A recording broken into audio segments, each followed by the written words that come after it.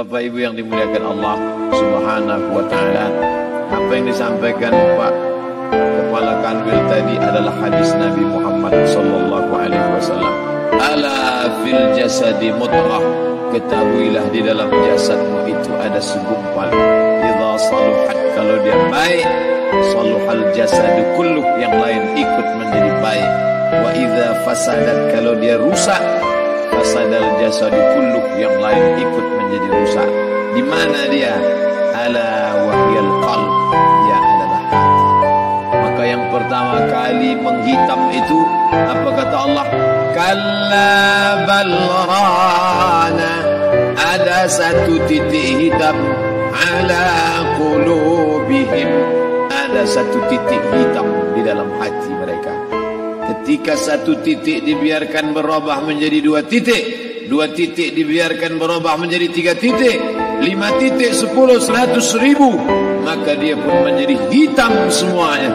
Ketika hati sudah hitam, maka itulah azab di atas azab. Khatamallahu ala qulubihim. Setelah hati menghitam, terkunci, menular ke telinga. Wa ala sam'ihim. Setelah telinga, wa ala absarihim ghishawah. Padahal 3 itu nanti akan ditanya di hadapan Allah. Inna sam'a wal basar wal fuad. Coba lihat, ketika akan ditanya, yang ditanya 3, tapi diawali dari telinga. Inna sam'a wal basar wal fuad, telinga, mata, hati. Tapi ketika terkunci, yang duluan dikunci hati. Khatamallahu ala qulubihim wa ala sam'ihim wa ala absarihim. Kalau hati sudah terkunci, telinga tersumbat, mata tertutup. Summun bukmun umyum. Summun bukmun umyum, peka, tuli, bisu, apapun tak lagi masuk ke telinga. Malam ini kita menyadarkan diri kita, terlebih lagi yang berceramah. Jangan kau hanya sampai menyampaikan ayat saja. Hai Abdul Samad, apakah kau yang bicara itu hatimu sudah hidup?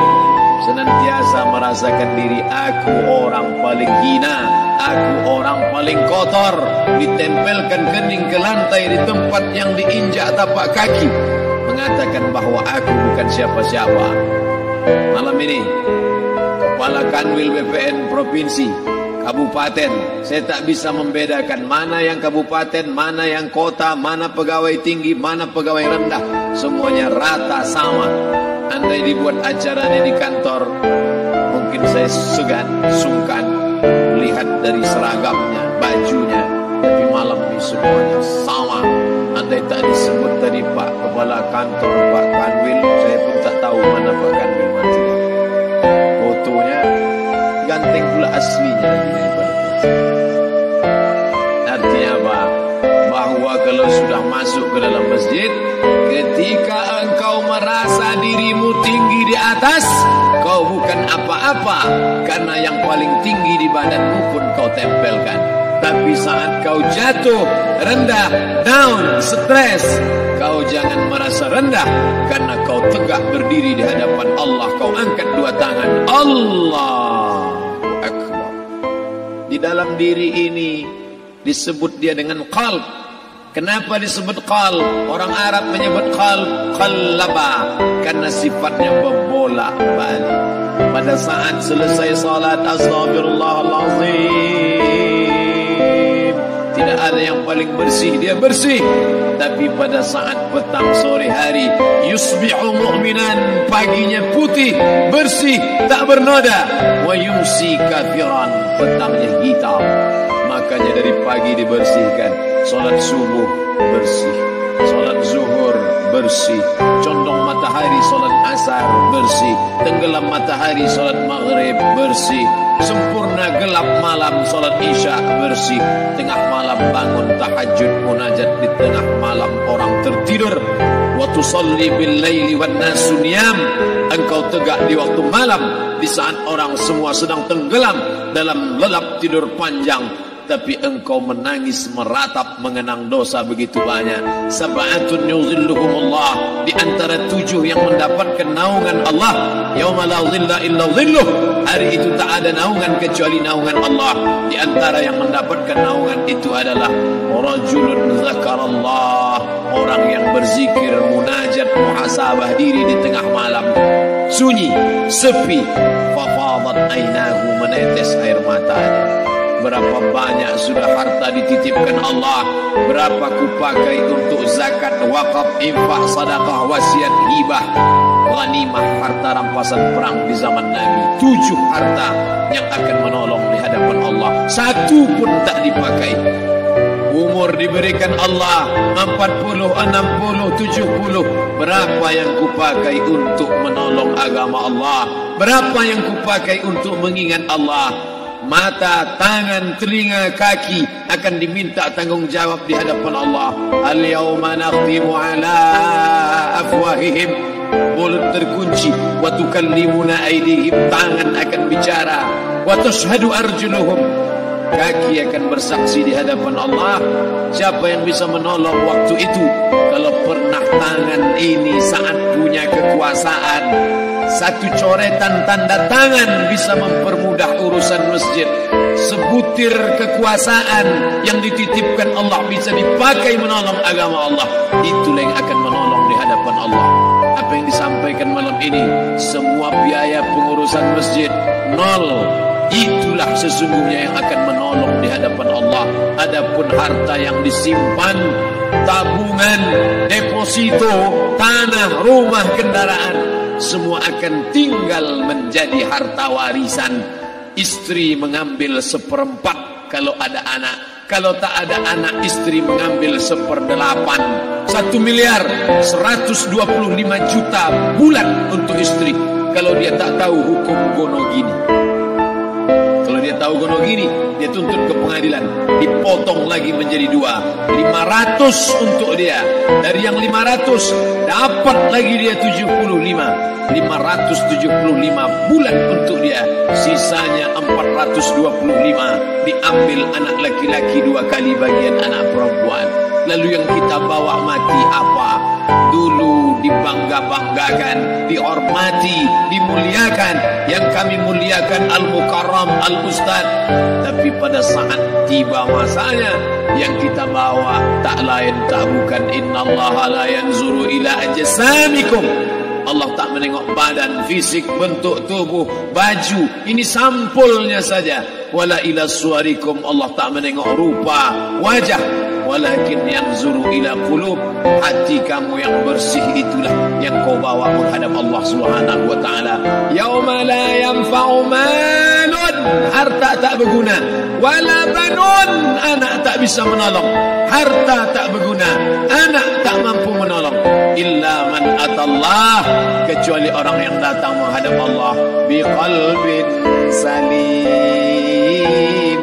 dengan hati yang bersih, hati yang tulus, hati yang memercikkan cahaya iman, hati yang bersih dari hasad, busuk hati, sum'ah, riya, takabbur. Itulah yang menolong di hadapan Allah Subhanahu wa taala. Tulang, kulu, kulit, darah, lemak, sumsum akan menjadi santapan cacing tanah. Begitu besok pagi pintu kamar tak bisa diketuk, istri bolak-balik membangunkan tak terjaga, dipegang pipi sudah sejuk macam es batu, tanda jantung tak lagi berdetak, maka darah mulai berubah menjadi nanah, busuk. 1, 2, 3 hari kalau tidak disuntik formalin, jasad paling busuk jasad manusia, karena semua dia makan herbivora, tanaman saja. Tapi kita ini omnivora, semua masuk. Maka begitu mati, paling bagus orang Islam paling cepat dikuburkan. Selesai acara pemakaman, habiskah masalah, muncul masalah baru. Disitulah kita baru sadar. Apa kata Imam Ali radhiyallahu anhu? An-nasu niyam. Semua manusia waktu hidup itu tidur. Bapak tidur, ibu tidur, saya tidur. Semua orang waktu hidup itu tidur. Falamma matu, ketika dia mati, disitulah dia baru terjaga dari tidur panjang. Saat Israel mencabut nyawa, ditarikkannya adalah satu centapan yang kuat. Disitulah kita baru terjaga dari tidur panjang. Betapa aku meninggalkan salat, betapa aku tak berzakat, betapa dulu kekuasaan. Aku lulus umur 30, pensiun 58, 28 tahun apapun tak pernah kubuat untuk agama. Sibuk membesarkan anak, sibuk mengurus warisan. Anak pun tak ingat dengan kita karena kita lupa menanamkan pendidikan agama di dalam otak kepalanya. Andai dulu pernah dia dibawa ke masjid, andai dulu pernah dia dibawa umrah, andai dulu dia dimasukkan SD IT, SMP IT, SMA IT, Islamic Boarding School, dibawa ke masjid, takkan dia lupa mendoakan selesai salat, Rabbighfirli wali walidayya warhamhuma kama rabbayani shaghira. Harta yang banyak tak sempat menolong agama Allah. Anak tunggal semata wayang tak sempat dididik agama.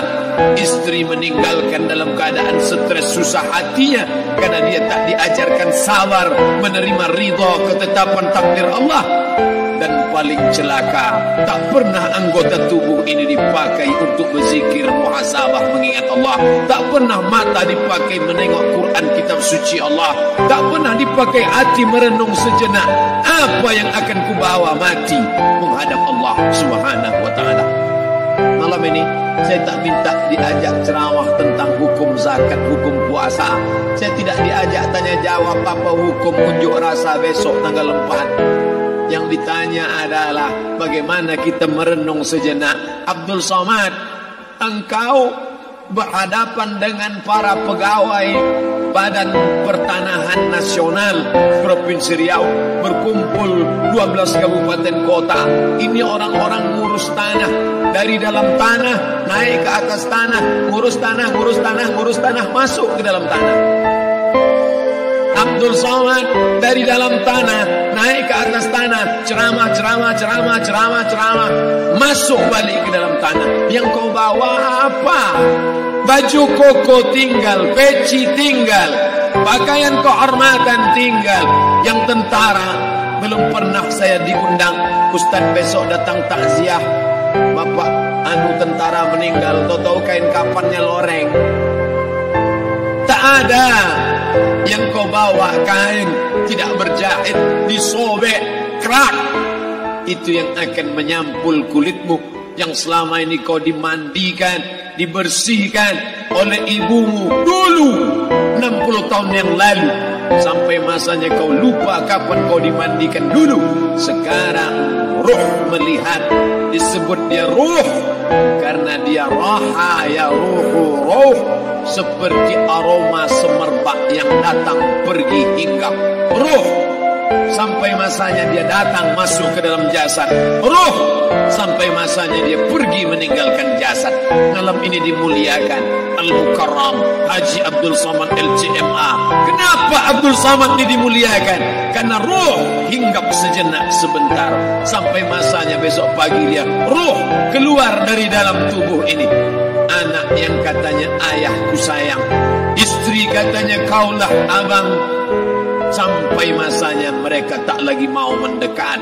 Rumah itu saya yang buat, saya yang mengukurnya. Tapi begitu ruh sudah keluar dari badan, tidak satu pun semeter, sesenti, sejengkal, sehasta ada tempat di rumah itu untuk jenazah bernama jenazah Abdul Somad.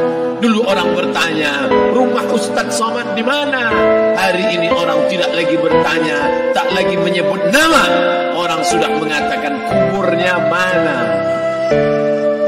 Dulu kalau dia masuk masjid, didatangi orang, disalami orang, mahasiswa, anak-anak, remaja mencium tangannya sebagai tanda hormat.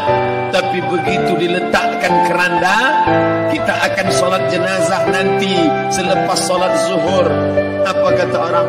Letakkan di tepi sana, letakkan di tepi sana. Tak satu pun mau mendekat, letakkan dia di sana. Bahkan sebagian mengatakan jalan dalam masjid, letakkan dia di luar. Dia tidak disebut engkau yang mulia, tidak digunakan kata ganti orang langsung.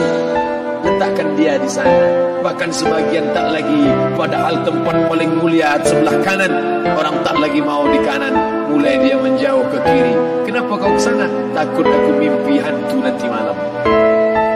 Mana kawan, sahabat, andai tolan, anak menantu, teman sekantor, semuanya pergi meninggalkan. Yang tetap dibawa, kalau pernah kaki melangkah salat berjamaah di masjid, kalau pernah tangan mengusap kepala anak yatim, kalau pernah tangan mengucap subhanallah. Nanti di akhir tausiah kita akan berzikir, munajat, muhasabah diri, berdoa, mengenang apa yang akan kita bawa menghadap Allah Subhanahu wa taala. Datang malaikat membawa kain kafan dari cahaya, akan menyambut ruh yang mulia. Hadis riwayat Ahmad bin Ambal dalam kitab Al-Musnad, turun malaikat berlomba-lomba membawa kain putih dari cahaya, menunggu ruh akan keluar. Ruh menetes seperti embun di ujung daun. Daun tidak bergoyang, ranting tidak patah. Ruh menetes pelan turun ke dalam kain kafan, dibawa malaikat ke pintu langit. Tak sabar mereka menyambut. Inikah dia yang selama ini berjamaah? Inikah yang dulu ketika dititipkan kekuasaan menolong agama Allah?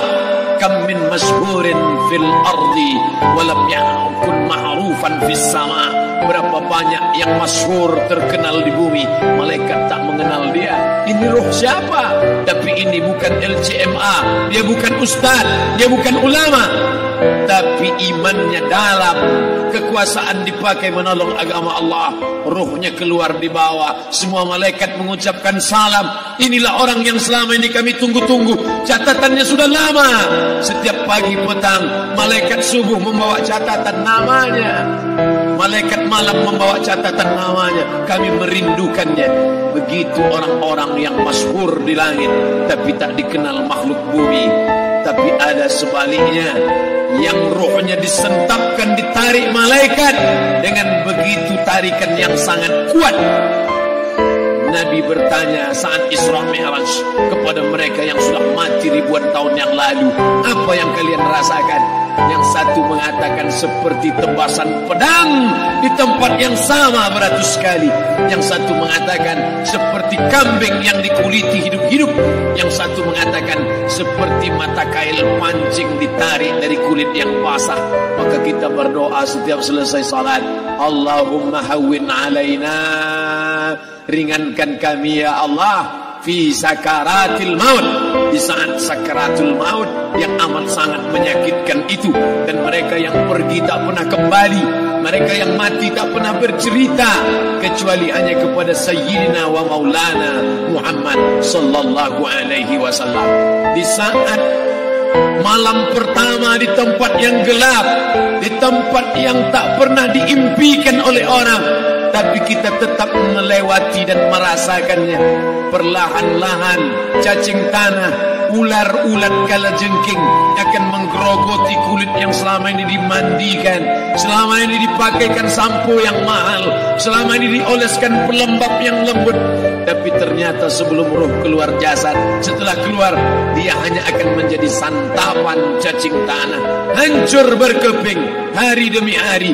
Yang pertama kali membusuk adalah mata, karena dia berisi cairan. Cairan ini mengering, busuk dan berlubang. Lalu kemudian usus sebulan di dalam tanah, mulai dia menggelembung masuk angin dan dia meletus pecah. Cacing-cacing tanah mulai datang menggerogoti, memakan. Habis lemak, tulang, kulit, bulu, sumsum, darah, jantung, empedu, limpa, buah pinggang. Habis semuanya, tinggal tulang-tulang. Fayakun.